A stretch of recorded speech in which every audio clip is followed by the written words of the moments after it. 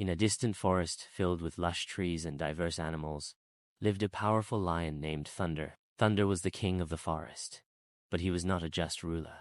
He would bully the smaller animals, take their food, and scare them for no reason. The rabbits were afraid to go out in search of carrots, and the deer would flee when they saw Thunder approaching. Even the birds no longer sang for fear of the unjust lion's anger. One day, the animals of the forest gathered and decided to find a solution to this problem.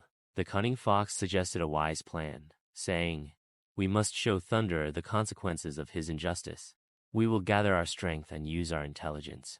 The next morning, the fox sent a message to the lion saying, "King Thunder, there is a strong animal in the forest, threatening to take your throne.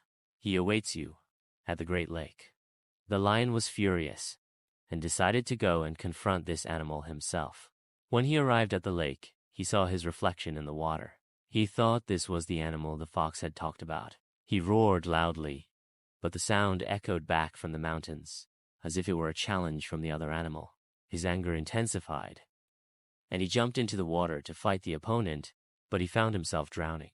He tried to shout for help, but the water was swallowing him, little by little. The animals saw what happened, but they decided to teach him a lesson. They waited until he was completely exhausted, then pulled him out of the water. When the lion regained consciousness, the fox said to him, "King, you almost lost your life because of your anger and injustice. Now you have learned a lesson. Strength alone does not make a king. A true king is one who protects his people." The lion was ashamed of himself and apologized to all the animals.